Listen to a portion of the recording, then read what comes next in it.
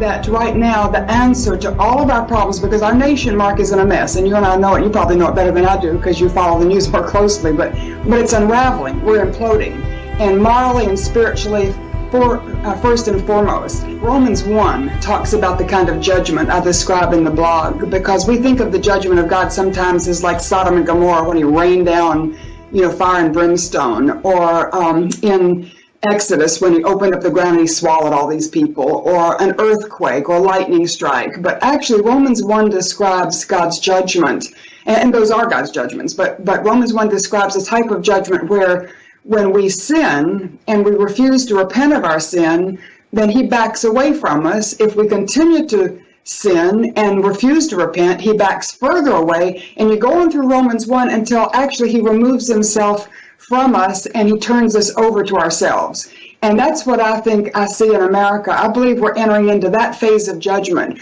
where God is backing away. He's removing his hand of blessing and protection. Unresolved Problem segment tonight, without a doubt, the city of San Francisco is the most liberal place in the entire country. And now the folks there may be paying a price for electing far-left people. Since the year 2010, property crime is up more than 60% in San Francisco. In fact, the city by the Bay has the highest per capita property crime of all major U.S. cities. Along with cable cars and iconic landmarks, San Francisco is now becoming known for homelessness. It's awful, it's dirty. Tent camps and street crime. There is a ton of drug use out in the open. Amy Lander's car has been broken into twice this year. When it happened the second time, this window was completely shattered. There was glass everywhere. According to FBI data, San Francisco has the highest property crime rate of the nation's top 50 cities, with about half the cases being smash and grabs. Police Chief Greg Suhr says it isn't that the police are turning a blind eye to the petty crime and the aggressive and growing homeless population. It's a shortage of cops, which he hopes to remedy by hiring 200 more by next year. But others blame the city's politicians, legal do-gooders, and a city full of residents willing to accept the deterioration on the streets in the name of political correctness. And I hope the people of San Francisco are finally starting to understand what has been created here by a very small group of lunatic politicians who still control a majority of that Board of Supervisors. It's disgraceful. San Francisco has a long history of tolerance, which has made it a magnet for the homeless and mentally ill. But tolerance has a price, which more people here are starting to realize. If you knew how many people stopped our cops on the street and said, how did it get like this? What is this? Why are there people urinating on the street? None of San Francisco's 11 board members would talk to Fox News about the issue, with this one walking off before I could ask a single question. They can ignore us, but they're facing angrier voters. A recent Chamber of Commerce poll shows a sharp rise in residents who say the city is headed in the wrong direction. Federal law enforcement have spread across 3 states looking for more than 500 pounds of stolen explosives. Those explosives were stolen from a CSX train traveling from Chicago through Detroit. CBS News Justice and Homeland Security correspondent Jeff Begay joins us on the phone now. Jeff, what can you tell us? A law enforcement source that I spoke with this afternoon told me that they consider this a very serious case. The amount of explosives stolen has authorities concerned that those explosives could fall into the wrong hands. The sources say that the theft was reported about 2 days ago, but the case, it still has not gone public. And currently, the ATF is considering putting out an advisory and announcing a reward in the coming days. That's how concerned they are about this case. This is a CSX train that was carrying this amount of explosives. In fact, there was more explosive than that on this train.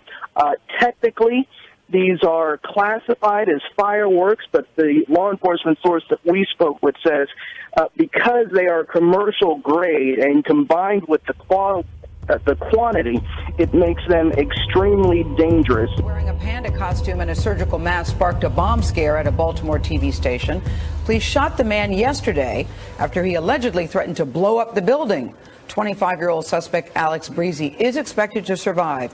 Jeff Begay is outside the station on Baltimore's TV Hill with the security guards' quick action that saved the day. Jeff, good morning. Good morning. The first thing that police say the suspect did immediately signaled that he wanted the world to take notice. According to police across the street in the parking lot, he set a car on fire before walking to the front door of WBFF, threatening to blow the place up. Alex Breezy carried a flash drive which he said contained information that needed to get on the air.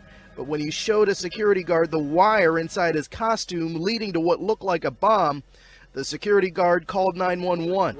The station's meteorologist says that guard took the threat seriously. So he said he had a message to deliver.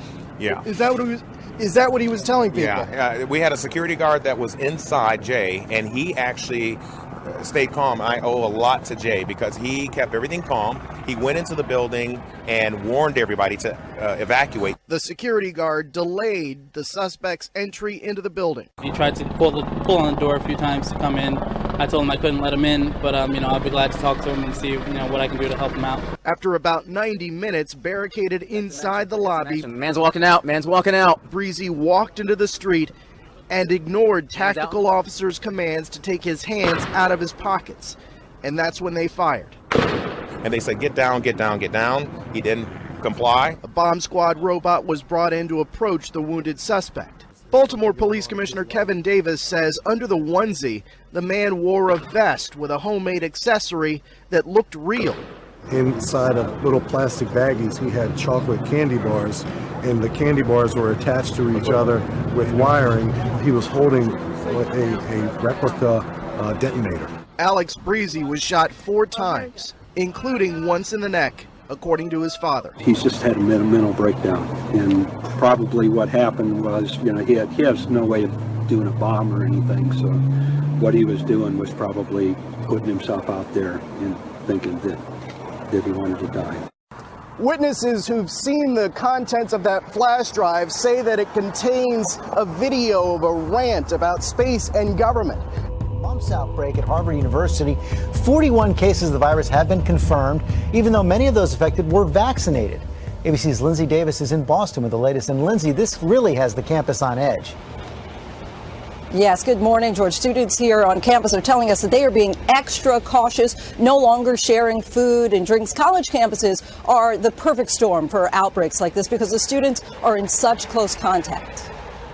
The number of mumps cases at Harvard University this morning is now up to 41. 11 of those students are currently in self-isolation. Harvard Health Services Director Paul Barrera says, "I'm more concerned now than I was during any time of the outbreak." I have a lot of friends who've actually had it, but I'm just really thankful not to have had it yet. The first case was reported 2 months ago.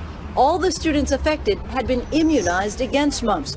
According to the CDC, even after 2 doses of the vaccine, 12% of people are still at risk for contracting the virus. Mumps is spread in crowded environments by droplets of saliva from coughing, sneezing, shared eating utensils, and kissing. Symptoms include puffy cheeks or jaws, fever, headache, muscle ache, and fatigue.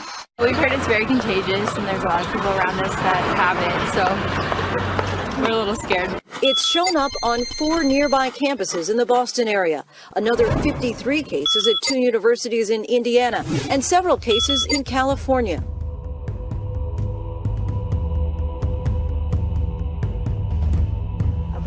Update now. The Shelby County Health Department says it's in crisis mode, dealing with a measles outbreak. The disease is extremely rare here because so many are vaccinated. But now 6 confirmed cases have popped up. And that's why folks are so concerned, because that's triple the number just since Friday. And the health department is worried that the number is going to keep growing. WREG's Michael Quander on what you need to know to protect you and your family.